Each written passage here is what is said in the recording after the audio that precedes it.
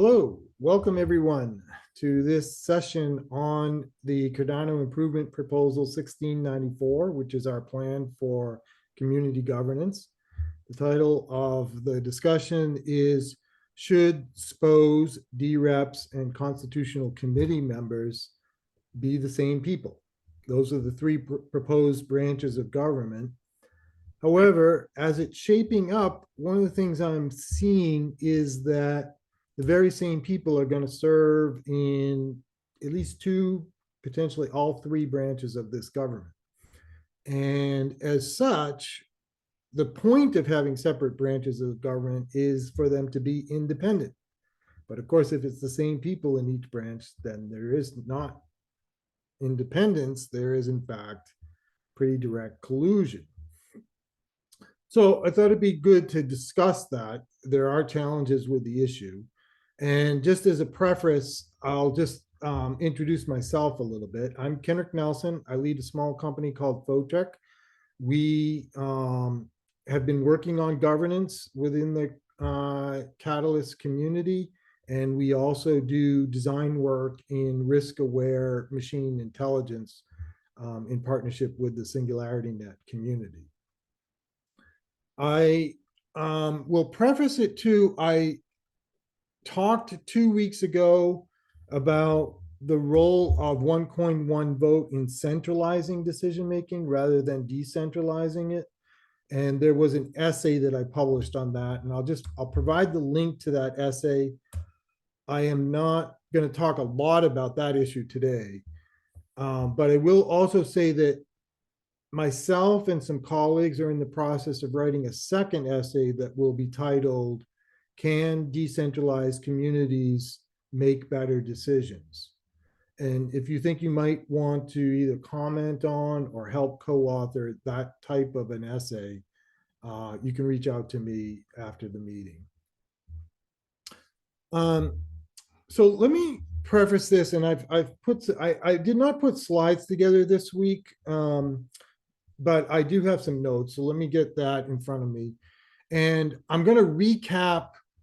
The way I'm going to approach this is to be kind of direct about why expanding decentralized governance has become not just important. It was always a long-term goal. But now there are some short-term needs to really move forward more rapidly on this. I live in the United States. Those of you who've been following the news in cryptocurrency are aware that the Security Exchange Commission has taken the view that every cryptocurrency except Bitcoin is a security. And it's critical for communities that want to move forward that they strengthen their justification that they're truly a decentralized community and that they have implemented their own policies for regulating that community in a way that makes it a safe asset. So I'm going to look at some of the issues with CIP-1694 in that context.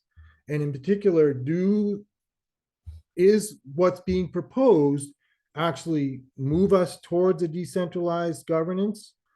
Or does it actually solidify a centralized group of people who would have control over the community? Also, I just want to take, I didn't see when we started, but I'm going to take about 10 to 20 minutes to discuss these issues. I'll start with sort of some thoughts I've put together, open it up to discussion. And then after about 20 minutes, I'm going to kind of close it because I want the second half of the meeting to be focused on what actions we should take as a community to kind of strengthen our voice in critiquing the proposal, contributing to writing of a constitution, and ultimately helping the community work towards not just decentralized theater, but actually decentralized governance. So here's some of the things that concern me as I attended the workshop and have been reviewing the CIP-1694. I'll just kind of outline those and then open it up for discussion.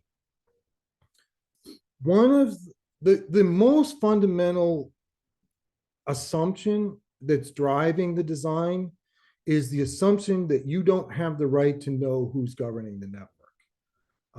Secrecy is one of the key principles of the design.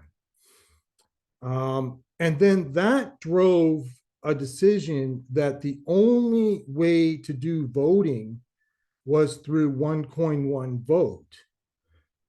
Because any other type of voting system would require some kind of identity system. And since there was a decision made that they were not going to implement an identity system, then there was also a decision made that they could only implement one coin, one vote.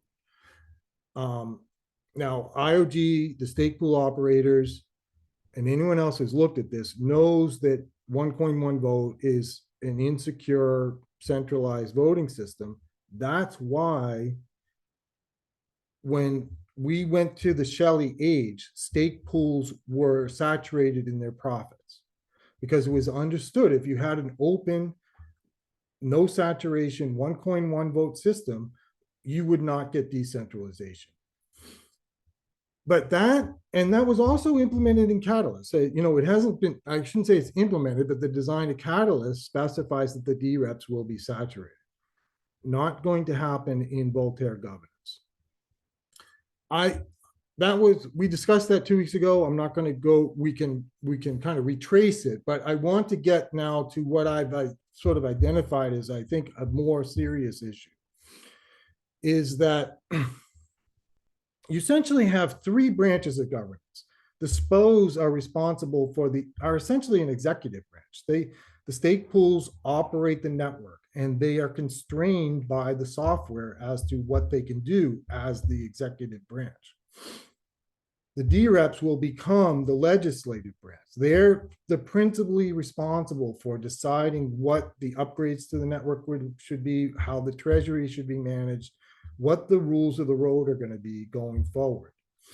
And then the Constitutional Committee is designed to be a kind of judicial branch where they're supposed to review proposals and make sure that they consent to the Constitution. Now, in order for those three branches of governance to function and actually be a check and balance,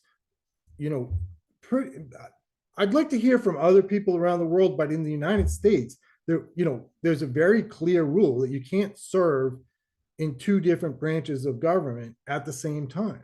And there's a good reason for that, because if you did, then the collusion between branches undermines the checks and balances. So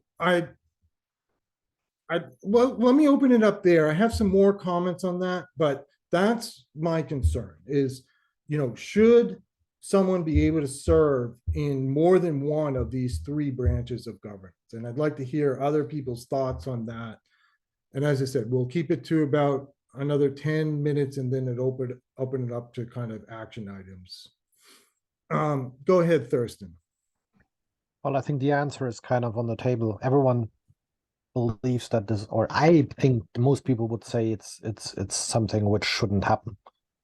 Yeah, but I can clearly see the setup, which is mainly driven by the amount of ADA you're holding, conserve or prevent effectively this distribution of power as such from a voting mechanism. And due to the fact that there is not the limitation that you can serve in more than one of these committees, the same power in itself is effectively working 3 times, or actually 2 times, on the stake pool operators and on the DRep side, which probably at the end of the day was problematic anyhow, because it's the same mechanism which is kind of bringing these committees together.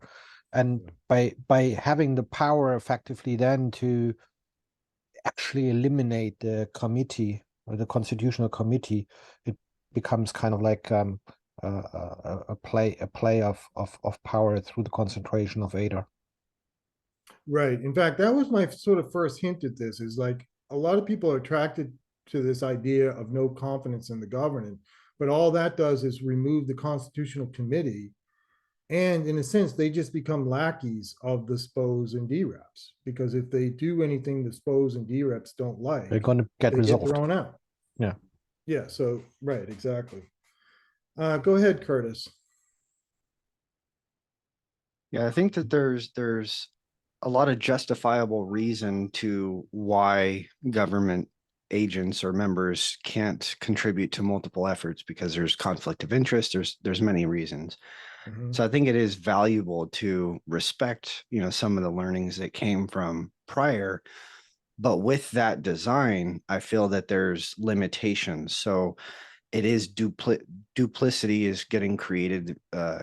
Government members have to then work on the same task as somebody else because of conflict of interest. So how can we take the insight from these members, share it with the rest of the teams, I feel is one hurdle. And then the other hurdle is how can we actually collaborate at a higher level so that they're not having to duplicate the efforts in the subgroups. Mhm. And just to clarify what you're saying, one thing I can imagine is, for instance, that the knowledge of the SPOs is important towards making decisions about what the future rules should be. But again, that could be in the form of proposals, much like an executive branch can propose legislation, but can't actually implement the legislation. Is that what you're referring to? Exactly. So the scope of power or capability, right, is segregated, so that if you want to make change or collaborate, then that needs to be at a higher level without you having the power to execute autonomously. Yeah. Yeah. Yeah. Thanks, Curtis. That's a great contribution to the discussion. Go ahead, Thibault. Yeah, I would actually, I have basically a little background on politics, but in this situation, as a design first, I would actually implement that you can be on any branch and every opportunity, because this allows this holocratic approach. And what you instead make sure that all of these branches and groups and whoever has a power or like a decision-making point, that it's decentralized. So it's not controlled by like very specific people, but there are ways to kind of increase the diversity of that group. So yeah, and then we wouldn't have such issues like, hey, you cannot be in this branch and on that branch, because you're not a single person doing the decision making in all of these, but you're just like a part of a sum from in all of these decision-making groups. Yeah, I think this is a key question. And so you bring up a good point, and I think this is the way the designers have been thinking about it, is that particularly if you look at the SPOs and the DReps first, if both of these are large groups and they're very well decentralized, then the fact that there's overlap is potential for collusion, but maybe there's also reasonable checks and balances because of the size and scope of each of the groups. That's possible. However, bring a case study how you gamify these rules, that if you differentiate it, you make it the most power of politics, or these people have those who are liars, or like who has, because they have control of all branches, and the honest people won't abuse it, but those who kind of play around this, they will able to manage all of these branches, and they represent it correctly, but behind the scenes they are just making decisions. yeah, If you open it up to everybody, now everybody has kind of the same view on this, and now and the hard part is, okay, how do you then create the consensus, and how do you build the like reputation and contribution and all of that, all other metrics into this, what makes it cohesive decision. Yes, we now do this and we implement that and we deprecate this. And Yeah, so let me then go to the next point that actually really heightens my concerns, because the role of multi-pools and then the fact that the DReps are not going to be saturated completely undermines the ability to make sure that each of these groups are actually diverse and not centralized. So again, the purpose, if I'll step back a second, stake pools and just stake pool operations were Ouroboros, one of the innovations in Ouroboros was to increase the security of stake pool operations from a 33% attack threshold using Byzantine tolerance faults, Byzantine fault tolerance, to a 50% threshold. So that increase in security was important innovation within the Cardano community. However, even the 50% is not adequate to secure a stake pool operation, because wealth is not actually a restrictive resource. We know that society is distributed by quite extreme tails in wealth. And those extreme tails make it such that achieving a 50% attack on a stake pool operated network actually isn't that difficult. And in fact, Ethereum right out of the gate already has a problem because they didn't take these issues seriously. And so Lido already has 30% control of their network. So another innovation within the Cardano community was the saturation of stake pool profits. That was crucial to achieving, as a starting point, decentralization. And we have approximately 3,000 stake pools operating, so it worked. But undermining that security right now, and one of our chief vulnerabilities, is the existence of single organizations running many pools. The exchanges are particularly problematic, but even outside of the exchanges, we have groups that are running between 2 and 20 pools. The purpose of that is to get around the saturation and to get back to one coin, one vote, where you can centralize power, where you can extract more profits and reduce the security of the network in the process. If you combine that, those same people are in a perfect position to also build large DReps, right? So if they have the central power on both the SPO side and within the DRep process, then the security of the governance is quite seriously undermined. And there's real questions. And again, getting back to the issues around security violations, these kinds of things are what drive the need for security regulation. Because if the network is primarily being run by a small group of people to benefit their own profits, then that makes the community vulnerable to manipulation.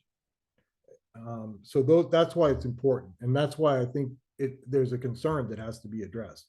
I'll go to Ken next, and then I'll come back to you, Thurston. I was thinking that it would be interesting to look at each of the places where the roles of the DReps overlap with the roles of the SPOs, so that you can see where the interplay between those roles would take effect. Because the problems would arise if there's some conflict between the roles, and if you look at I guess there's that chart on the SIP that shows when each role takes effect. So like going through each one of those places where there may be conflict, I think that would be a good way to break down what the troubles might be, because there may or may not be a problem depending on where those interactions take place. Yeah, that's a good suggestion. I could overview it myself, but is there someone else here that feels they have a good understanding of when the different roles come into play and would like to summarize it? And while you're doing that, I'll try to bring it up and share my screen. It takes, I'm still getting used to the GitHub on here. Let's see. But does someone want to volunteer to go into a little bit of detail of how the three branches of government interact with each other?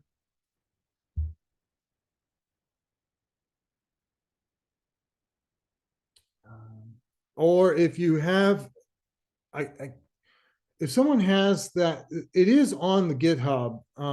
It can be challenging to find things, frankly. I'm pretty experienced with it, but I still have challenges finding things. If someone has the link to exactly that page where that's described, send it to me and I can bring it up and we can go over that. Anyone have the link? All right, let's come back to that. Ken has brought up a great issue, but let's come back to that when I can share the screen and show it.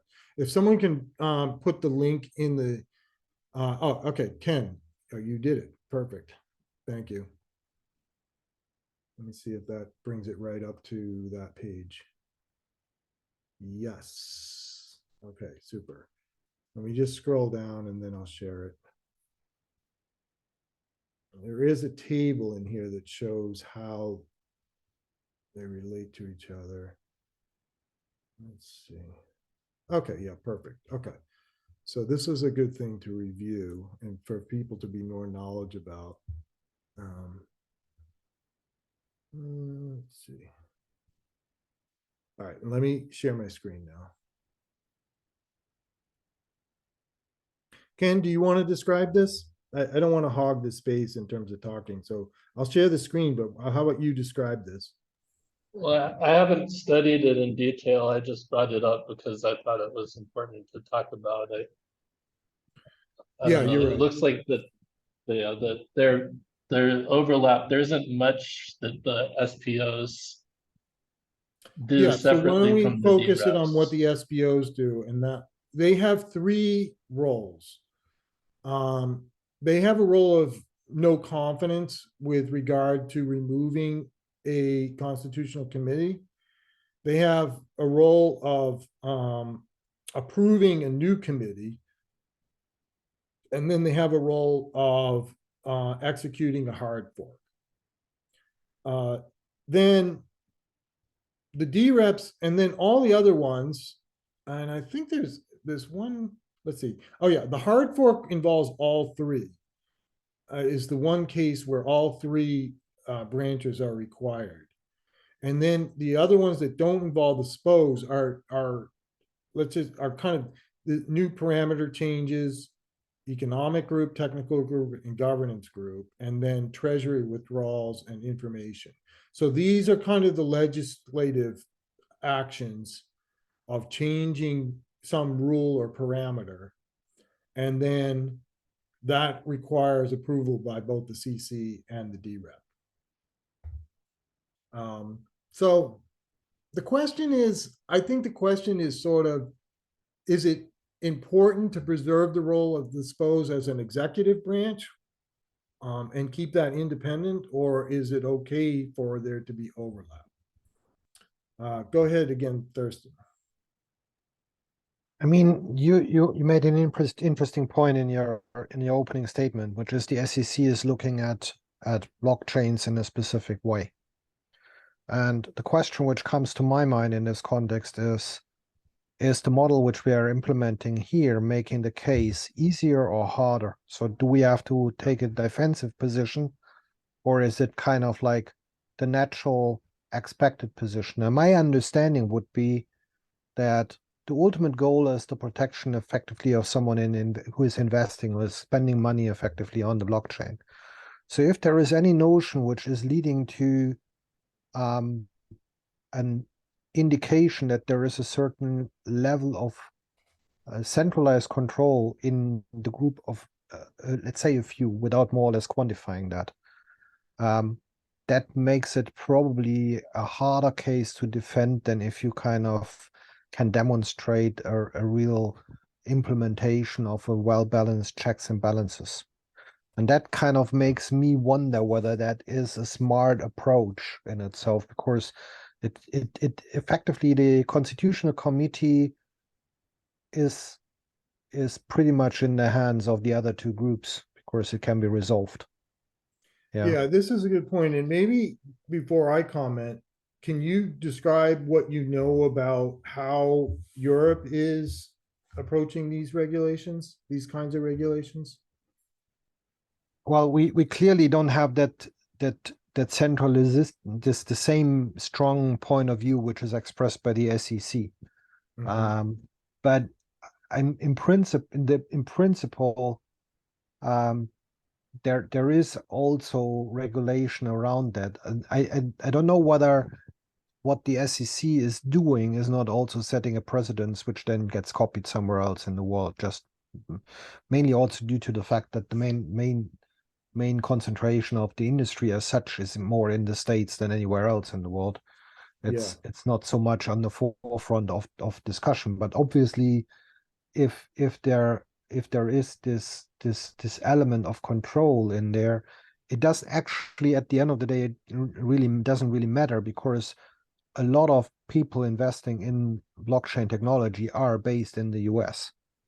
So if you're failing effectively an approval with the SEC, that's kind of putting the project into a quite troubled water as such. Yeah, so it doesn't really matter what the EU thinks or not thinks, but I think there might be similar notions. Yeah. Rather than going into this a lot myself, because that could be a whole discussion, I'm just going to put some links here for people that are interested. One is what's called the Howey test in the US, which is how securities are defined. And the current director of the SEC has been kind of clear that he doesn't even think new regulation is needed. He just wants to use the Howey test. There are other people in the SEC like Hester Pierce who have actively been working on defining what a decentralized cryptocurrency network would be. And then if you fulfilled those, you'd kind of get room to grow your network. And there is legislation in the US coming there's two different proposals. One is sort of takes a very negative view that the cryptocurrencies are a source of money laundering and need much tighter regulation. And then there's another proposal that takes the view that this is a new innovation, and while there needs to be regulation, the regulation needs to be clear so that the innovation can be supported and developed. Go ahead, Steve.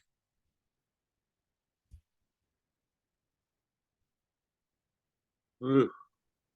Trying to hold on to my thought I had when I raised my hand. I think I've got, I just want to touch on 2 points, in regards to what Thorsten was just talking about with the U.S. situation. I mean, to me, it seems clear that what the SEC has been doing is illegal, outside of the scope of their mandate and what they've been given in terms of powers as a regulatory body by Congress. And I thought that that paper, that brief that Charles put a video out about a couple of weeks ago clearly explained that. And even if we say agree or accept that what they're doing is legal, or constitutional, or within the scope of their powers, everything that they have, the actions that they've taken against specific crypto communities, Cardano does not fit those definitions, right? Their justifications for, going after the different cryptos, we don't fit that bill. And so that means, that, the Cardano community, however you define that, merely has to step up and say, hey, You can't prove that about us. So, and that's kind of the question right now. What's going on in the US right now is whether they're going to do a global definition of everything and disregard the realities of individual crypto communities. You know, that's, you know, we don't know. And that's the scary part, because if Congress does step up and say all that shit, and, you know, as a global definition of cryptos, then yeah, we may have a problem. But I don't really care about that. You know, I don't think it'll come to that, because crypto's full of young rich guys who feel differently. So I think somebody's going to file suit and fight that at some point. The other thing, you know, like you were speaking about the stake pool operators and the centralizing aspects, you know, of the multiple pool operators. And I feel like, you know, I'm not tracking numbers, but I kind of feel like that's dissipating. But the reason that I bring it up is that I want to point out that this is a catalyst meeting. And we are kind of a voice for the population that gets involved, right? There's however many million wallets, but the people in Catalyst are the ones who are most actively engaged. And those hundreds of thousands who are not engaged, you know, I don't know. You know, they're always a question mark. The majority of them are not whales, right? And so we kind of work on the behalf of the people who don't have time to pay attention to this stuff. We don't have time to work through the basic background knowledge to actually engage in the ecosystem. And so what I want to point out is that within Catalyst, we have the opportunity to be the idealists. And by that, what I mean is we can continue this effort that input output, I think, you know, for my money, faithfully tries to execute, in that, you know, a centralized idea, you know, like Charles Hoskinson had an idea and he wants to create a decentralized thing. There's lots of tiny steps to that. Right. The Catalyst community can support that effort by really focusing on what does it take for people to really understand, you know, delegators, individual investors who've bought ADA, right? And this is education. This is, you know, lead generation and explaining that, you know, for new people that come into the community. What are you looking for? You know, what's our roadmap? Our roadmap is to bank the unbanked.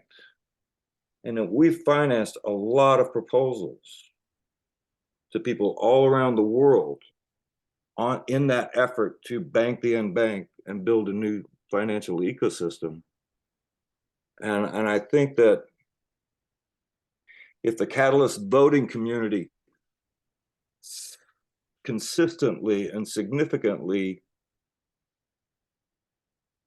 supports those efforts around the world, you know, a lot of these organizations that we've funded, they've started stake pools. You know, we can generate the interest in their stake pools for them so that ADA wanders out to some of these other stake pools besides the ones that have been known about for the last 3-4 years. And, you know, further, as we step into, you know, Voltaire, in whatever form it actually ends up, you know, like I've had a lot of pushback on this in the few times that I brought it up, but, you know, I think that there should be a significant part of the treasury that is delegated and staked to stake pools in those parts of the world where we want to see this stuff happen. You know, because at the end of the day, it's merely investing in our own community. It's not risking anything. That's the beauty of Cardano staking, right? There is no risk. It is liquid. We can bootstart stake pools all around the world, you know, methodically and intelligently. And the idea in doing that is to reinforce and underscore the need to decentralize. Yeah. That's all I got. You know, you're really terrific at summarizing things, Steve. So I really appreciate that. And that'll be a good segue to what I want to discuss in the second half is like, how can we support each other in contributing to the Voltaire design? And but before I do that, I'll go to Danny, and then I'm going to pause on further input as I transition to the second half of the input. But I'll come back to those that have their hand raised. Go ahead, Danny. Thanks, Kenric. One thought that lingers on the back of my mind, again, circling back to the title also of this room, where it's asking like, should SPOs, DReps, and constitutional committees be the same people or not? If we accept the fact that the base blockchain layer is permissionless, meaning that anyone who meets the certain basic standards and requirements can spin up a stake pool and essentially compete for that stake, and it's permissionless and there is no identifier really, how are we thinking, given that that's our reality, that that could actually be enforced? How would you connect the dots between a permissionless SPO and a DRep and or the CC member? So that's one thing that I think we need to consider, that that's the reality of it, right? Like the SPOs are there. That's a great question, and it leads directly into what I was planning for the second half of the discussion, is if we're concerned about this and other things that maybe have the potential to be sources of centralization rather than decentralization, what do we do about it, and how would we contribute to changes in the proposal? So you circle back to the very first thing I brought up, which is this issue about identity. I'm going to lay out an idea here and then maybe get some feedback, and then maybe we can also transition to kind of how we can sort of better organize to take some actions on these things. But I think, you know, permissionlessness is an important value in the cryptocurrency space, because, you know, the point is to develop a global financial system that isn't tied to any particular regional government. So I think using the cryptocurrency permissionlessly, you know, isn't a value that we want to uphold as best we can. And then as you go to the SPOs, I think it's still important, but you also start to see the problems. You know, we're not going to survive as a network if we don't solve the problem of multi-pool operation. If you don't come up with a strategy. Now, I have seen proposals, and there may very well come a time when those get implemented that you can solve the problem without identity.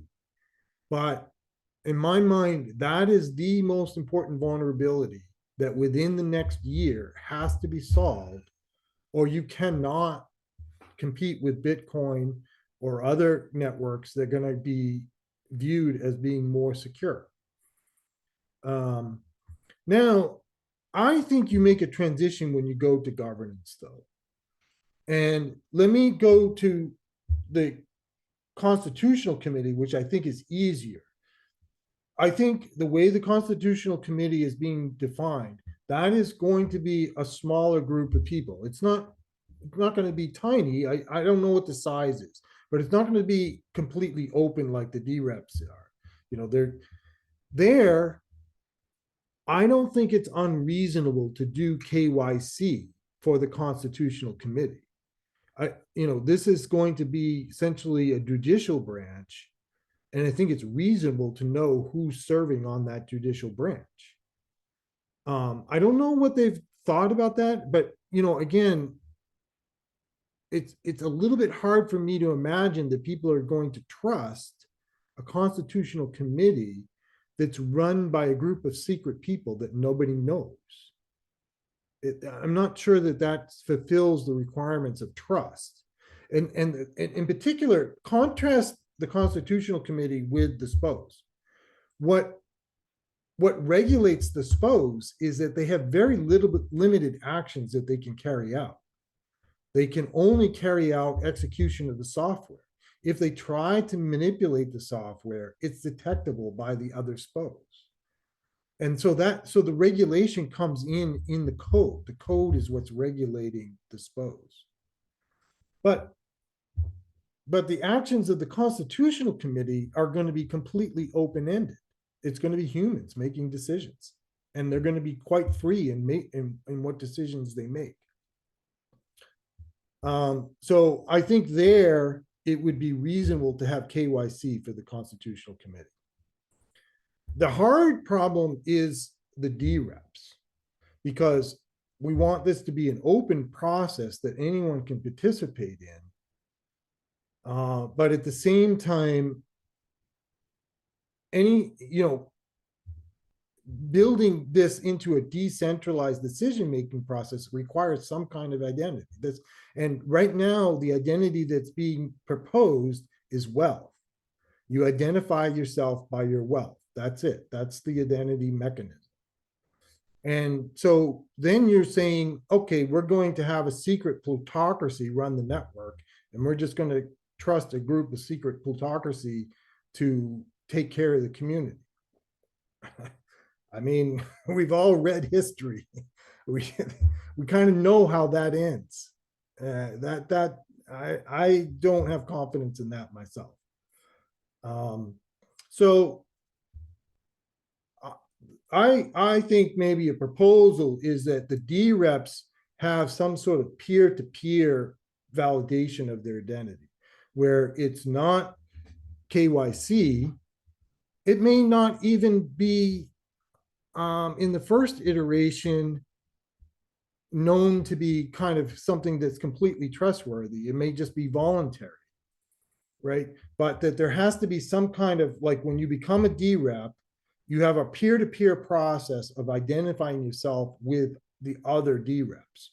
And you have some threshold of the number of DReps that have validated that you're a unique person.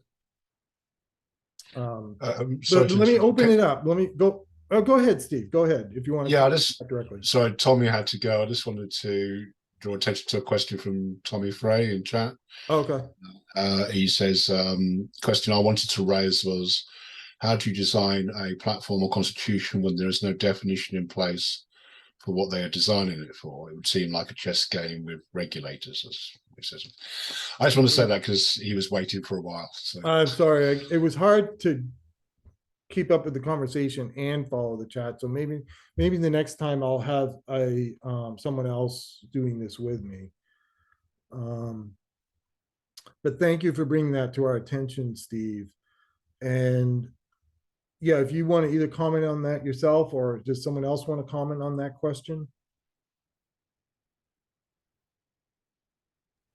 I guess maybe what Tom is referring to, I don't want to speak for him, but maybe he's talking about the bigger picture. I think sometimes, Torsten, you've referred to this as like, and also I've seen, if you remember that presentation from Stanford on governance, Kenric, where you ask the big question first. Okay, like, so if you think of bank the unbanked, that's like a slogan in a sense, but you think, what are we trying to achieve here? You know, are we trying to achieve decentralized governance? Then, okay, why are you starting with plutocratic proof of stake? Yeah. Okay, and why are you making excuses for that? Right. Okay, and what are you trying to achieve by doing that?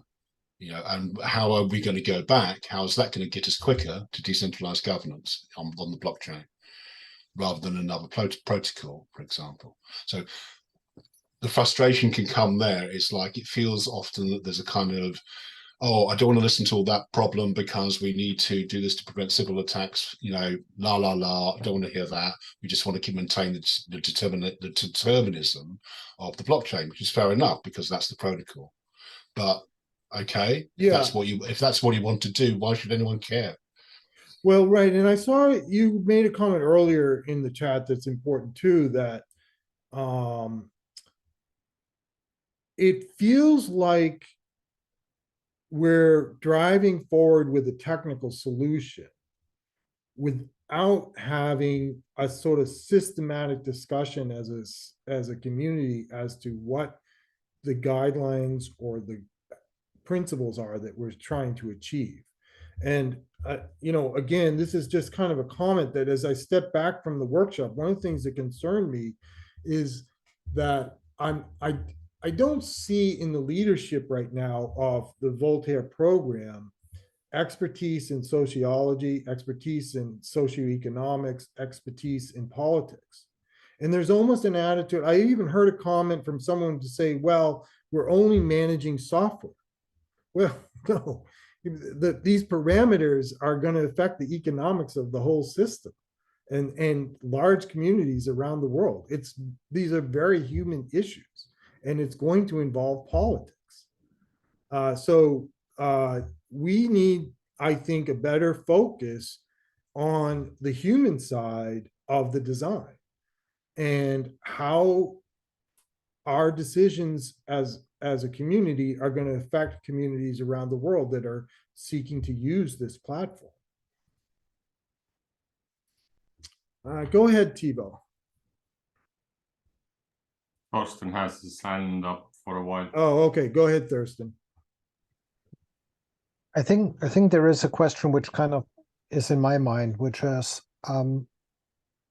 we all want to have this project Cardano a success, and success in itself is expressed actually probably in growth and attracting effectively people to it. And aside of the technical side, it also is an element of money involved in that. So I'm talking now very much kind of from a, what does it take for a corporate customer to adopt effectively Cardano as part of their solution stack? Yeah. And I think in that context, we have to ask ourselves whether what is proposed here is favorable or non-favorable. And I'm taking now very, very extreme positions.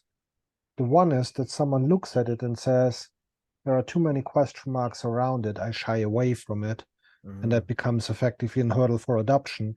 Or I see an opportunity to play the system because I have the deep pockets to buy myself into this. Yeah. And then the question which comes out of that one is, where does that the retail investor, the you and me, who kind of doesn't have this corporate deep pockets, leave?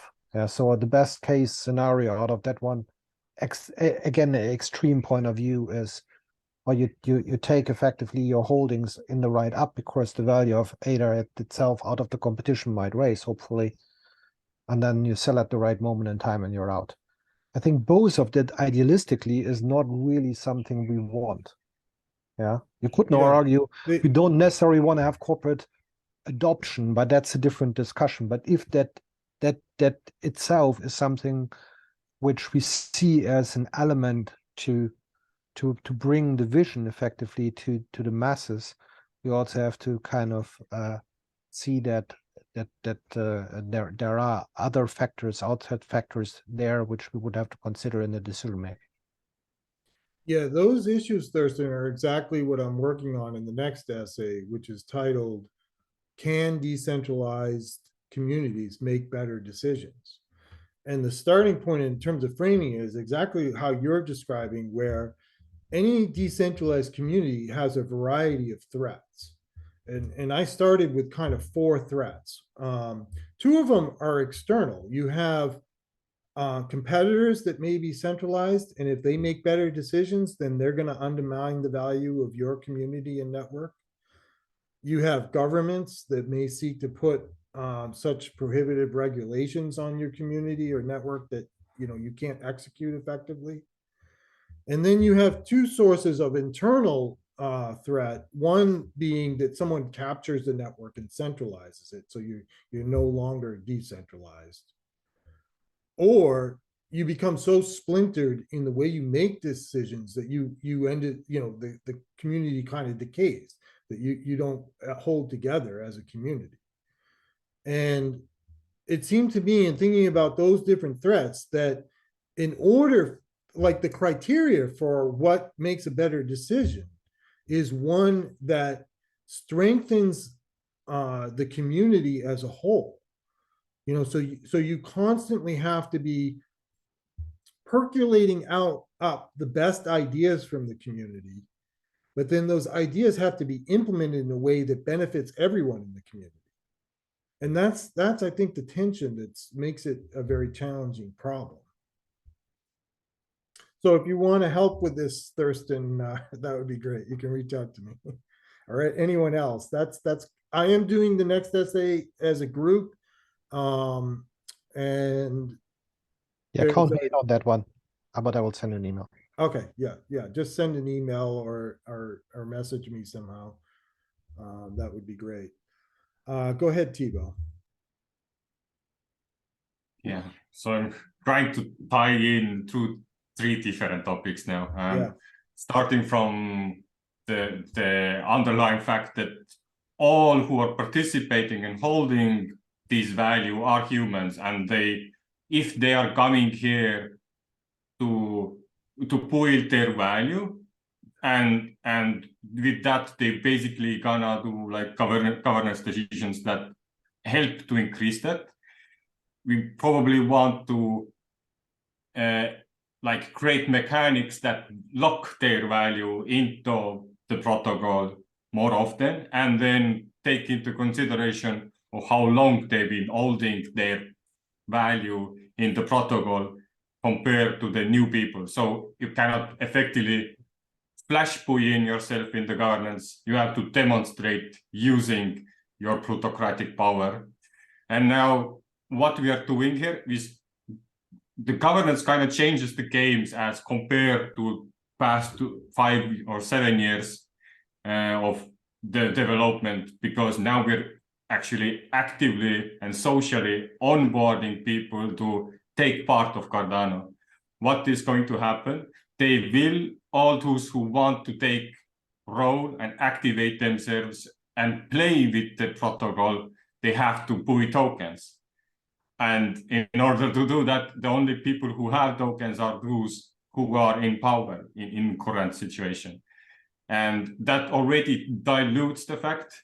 And so, yeah, so this means that there is like a gamification we can have with plutocratic power, but yeah, I guess DEXs are going the like best direction toward that research, in my opinion.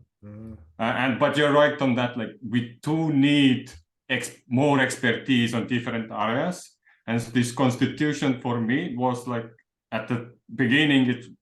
I would actually even differentiate the value of the constitution and just technical aspect, because implementing technicality and then just playing through, oh well, let's create this kind of constitution. Let's create this kind of, like we could have multiple constitution at the same time. It's got the same issue we have in Catalyst, that we don't allow each challenge to be a unique set of experience, but it always has to have the global effect. So I would feel the same way we should do it for constitution, that you have this niche special, like for example, I didn't know that they updated the parameter sections, like different economic parameters, financial parameters, and forgot what word was fall. But technically all of these could have their own constitution, and they have their domain-specific knowledge to apply and kind of make sense of the collection. I think that's what will come, in fact, like even though the Constitutional Committee will be kind of limited inside, if it does truly evolve into a judicial branch, then you can kind of see that it'll need subcommittees with different expertise in terms of whether something should be consented to. Let me shift gears a little bit, but before I do, Joe, did I answer your question earlier about what is better? As I thought it through, the way I was answering it is that better would be that it strengthens the community as a whole. But there could be other answers to that question. Do you want to comment further, Joe? Yeah, I appreciate that, Kenric. Thank you for picking up. To an extent, yes, I think, but as you say, I think there are other dimensions to better. And I think that's kind of the point, is nobody knows what good looks like. Nobody knows, finally what better looks like. There are lots of different opinions. And there are other ways of, allowing those decisions to, take place, for communities to form and for governments to form, that we're not yet discussing at all, and there are limitations to being able to discuss that because there is some centralization in time zone even. Right, Yeah, like right, it's right, right. That's very good. early in the morning here. There is centralization in terms of language. Yep. You know, this is an English conversation. The governance, the constitutional document that was put in the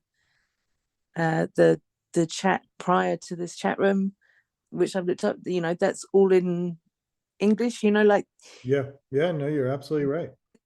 This is a very, somebody said earlier, you know, this is a very US centric view and process at this point, you know. So yeah, defining what better looks like, defining what good looks like, defining what a strong community looks like. At the moment, it isn't a diverse conversation. Yeah, you're absolutely right. In fact, when I first proposed the question to myself, I had to step back and think, you know, that's very open-ended. How are you going to define better? And then I kind of went back to just a very basic principle that does the decentralized community survive? Right? Because if it and as a test of whether it's making better decisions. But there can, but as you dig deeper, there's going to be a lot of nuances to that. That's sort of like the test of better, but that doesn't define, that maybe doesn't necessarily give you guidance as to, you know, given a particular situation, what's the better decision that's going to help the community. Joe, I know Let you me- want to, and if I could just jump in, Yeah, because sure, I go kind of ahead. need to go to, you know, I just want to suggest something. I just want to suggest the idea that, you know, at the end of the day, you know, and who knows what the time scale might be. I would think 10 years, maybe less, maybe more. But you know, it's all a matter of scale. But, you know, I really look at the Cardano protocol kind of like a bigger version of MinSwap or you know, whatever, Wing Riders or something like that. How important is it to actually own a Wing Riders token? You know, because the real value is not going to be the ADA back and forth. And I know that's what we all invested in. And I sure as hell hope I get more over time, more ADA. But I think that if we do what we intend to do, what are the tokens going to look like in some of these other parts of the world when they actually start to capture the value of their own resources? Yeah. Now, what does a tokenized DRC look like? What does a tokenized, you know, any country look like in terms of the real value, right? Because if they do what they seem to be intending to do and the Cardano protocol can help them, it's going to be those tokens that hold more wealth, you know, in the future, you know, and I think that's what we're working towards. But I appreciate you so much, Kenric, because you know, the ability to, you know, put yourself on all three branches of the governance structure.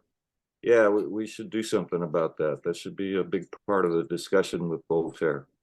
So yeah, thanks and a let lot. me use that as a lead into where I wanted to go next, because another concern I have is that in these after town hall meetings, we have fantastic discussions, but how do we turn this into action as an effective community to really drive some impact in the definition of the governance that we're all going to be living under? So let me, and so I'm looking kind of for ideas of how to organize ourselves. Like, and Tommy, who's done some great work on this, might have some comments in this area. And others also may. Something that I've been trying to educate myself on is an approach called sociocracy. It was originally intended that the catalyst circle would act under Sociocratic principles, and to some extent it has done that. But as I've learned more about the techniques, I'm also seeing that we were kind of limited in what we did. And is Tommy still? But Tommy, when he was in the role on the circle, actually took some steps with Nadia to kind of strengthen that by forming subcircles. And I have recently joined an organization called Sociocracy for All, where I'm hoping to learn more about those principles. I'm also trying to implement it in the way I work with the collaborators that work on projects with Fotrec. But if you want to, Tommy, maybe would you like to talk a little bit about the work you did in forming a subcircle within the catalyst circle and why that was important in getting more things done? Okay, listening only, he said.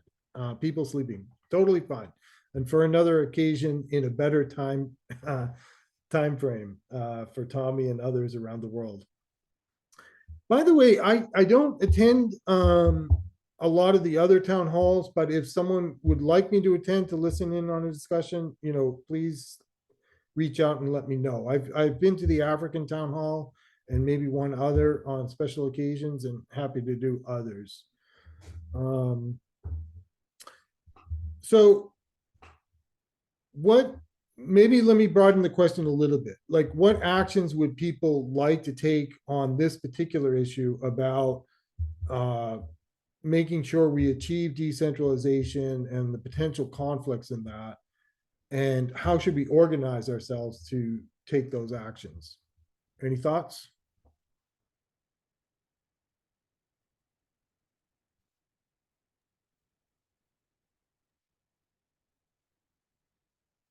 Go ahead, Thurston.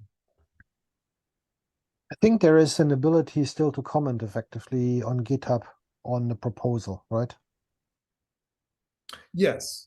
that's- I've begun doing that myself. How many people here have used GitHub? Like, raise your hand if you've used GitHub. Can I get a quick show of hands here, or a thumbs up? Why don't we use the thumbs up, or if you've used GitHub? Okay, so about half, and maybe a few people aren't responding, but it's a brilliant tool. For what it does, it's masterful. But even as a technologist, it can be hard to manage. And so for non-technical people, it may be kind of a barrier to the conversation. So I do think, while GitHub is going to be the most direct way to contribute, other social media tools are still important. Has anyone commented, another quick poll here? How many people here have either commented on the CIP-1694 on GitHub, or how many people have commented, have written sort of a comment on GitHub? Okay, Curtis, Jeremy, great. Thurston, a few people. Super. Anyone planning to do that needs some help? Anyone in need of help to do that? All right. Has anyone? Sorry. Go ahead, Kenric. I think the question you're imposing is the first step an educational one to more or less kind of make the tool, which is one means to express at least, let's say, opinion. Is that a necessary step, and do we have to organize it as a community, as an offering? Well, here's my thought: is anyone can act as an individual in the community and contribute, right? So that's obviously a good thing to do. But what I'm seeing is that there are people in the community that are already very effectively organized around their own interests. And I kind of wonder, especially where the Catalyst program is in pause right now, whether the Catalyst community is actually effectively organized to contribute to this. And if it isn't, what are some things we can do to improve that? Go ahead, Curtis. I just wanted to, unfortunately, ask a question to your original question, Kenric, on how can we better coordinate. I think it would be helpful to identify, the resources that we do have. Obviously, the platform, so GitHub, Cardano Forum, Consens, there's Discord, there's multiple resources and platforms that we're using. So collecting what we have access to, as well as the actual communities of people that are working towards this. What working groups are actually out there working on this topic and trying to collect the communities from GitHub, the different Discord servers that are all, I see so much decentralization of this conversation happening. 1694 is all over the place.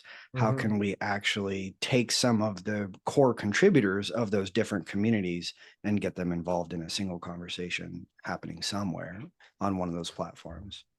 Yeah, and it can be multiple conversations. And Joe, I see linked, and you mentioned an interesting one, the Consents Group, which has developed a tool for writing collaborative documents.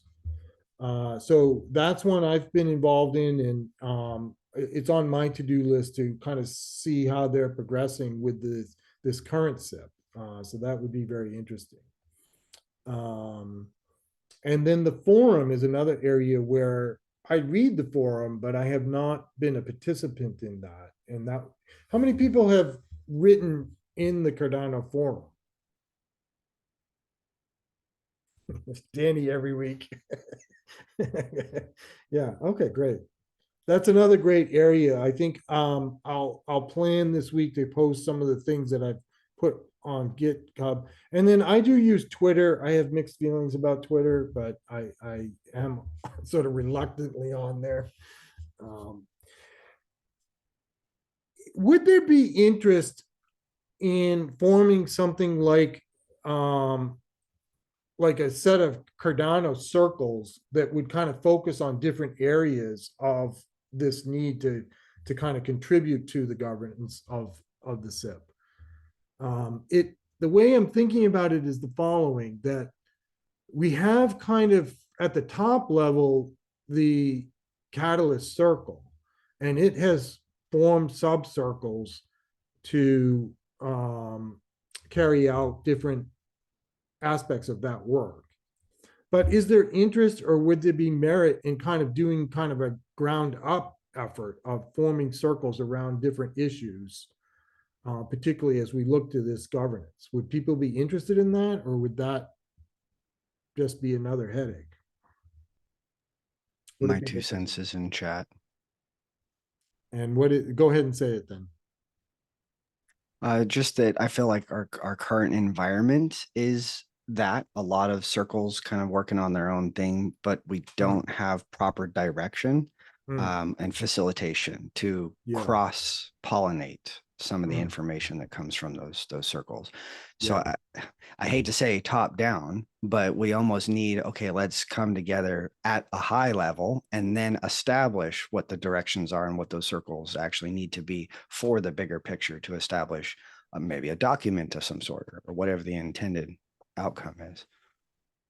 Yeah, that's a great point, Curtis. One of the things that's fascinating about this sociocracy technique is that each circle is supposed to be connected with other circles via what they call a double link, where there's, you almost can think of it like as an ambassador role between functions, where one person, where a circle will sort of appoint someone to be an ambassador to another circle, and then in turn, that circle will appoint an ambassador to the other circle.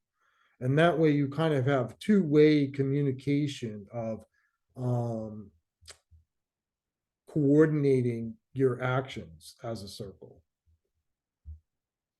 So that kind of thing might be that, if there's trying to facilitate that.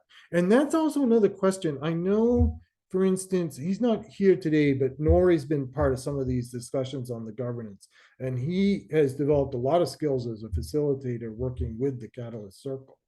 So I'm kind of curious, what his vision is for expanding that with a larger set of circles throughout the community. Maybe, Danny, you might have some comments on that.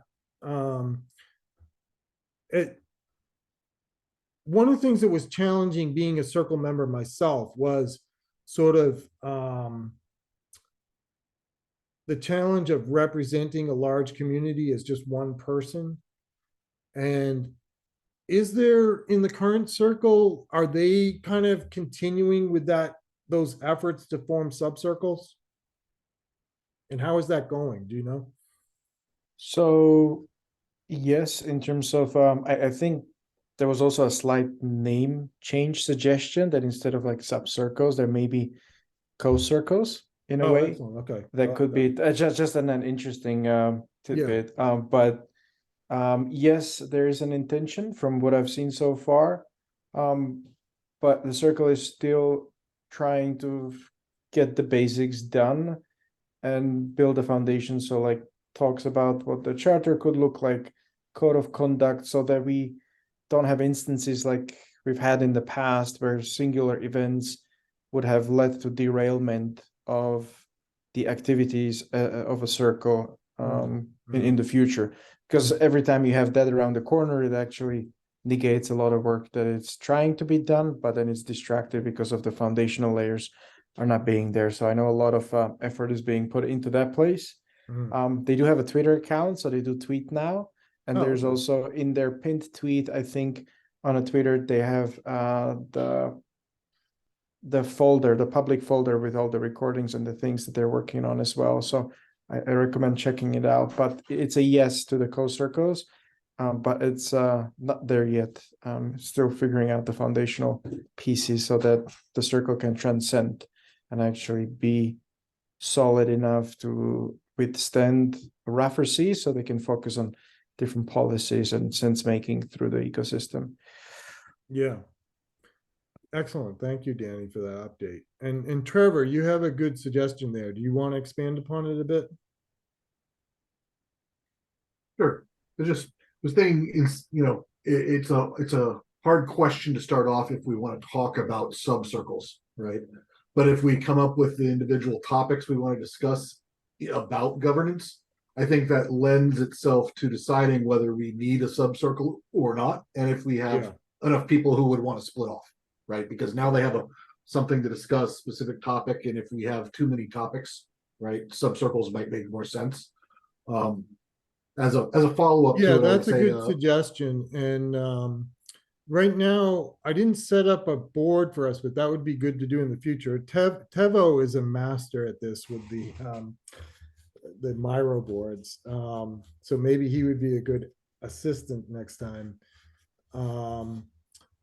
But maybe we could just use this chat. And, I've raised two topics that have been of keen interest to me. One is this issue that one coin, one vote is a centralized process of decision-making. The second is that if we have people serving in multiple branches of governance, that's going to be a conflict. And then both of those are driven by the issue of identity. Maybe before we close the meeting, and that way it'll be captured in the recording, people can kind of put in chat, what are the topics with regard to Voltaire governance that are most important to them? And maybe that'll give me a way to kind of coalesce it into some feedback from this meeting. I've raised three that are central to me. I think identity is the linchpin here. That is, I don't think, a good foundation. I think we do have to have some kind of peer-to-peer identity, and that's going to be critical. What are some of the other issues that people want to actively work on? And if you could put it in the chat right now, I'll try to coalesce that into some notes about, as feedback from this meeting. And as we're doing that, anyone who's been silent through the meeting want to chime up now and give their own two Lovelace, as someone earlier said, to contribute to this? I do think it's good, some people are listeners and that's totally fine. But often those listeners actually have quite insightful things to say. So if you've been waiting, please take the opportunity now to raise your hand and contribute to the conversation. Anyone want to dive in? I see diversity from Joe. That's certainly very important. Standard SIPs. Ken says distinguishing between protocol updates, enforce on all participants. And so a little long. I'll go through that afterwards.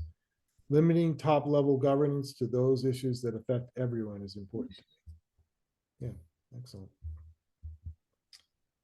Thank you much. All right. Well, if there's no further comments, this was a terrific discussion. I appreciate it. Reach out to me if you want to participate on an essay about better decision making. Reach out to me if you feel like you might have the skills to facilitate organizing some circles around these issues, or if there's a particular issue you might want to lead on. And reach out if you feel you need some help or guidance on GitHub or the other media outlets so that we can all contribute to a better governance for Cardano. Take care, everyone. Thanks for joining. Thank you, Kenric. Do have to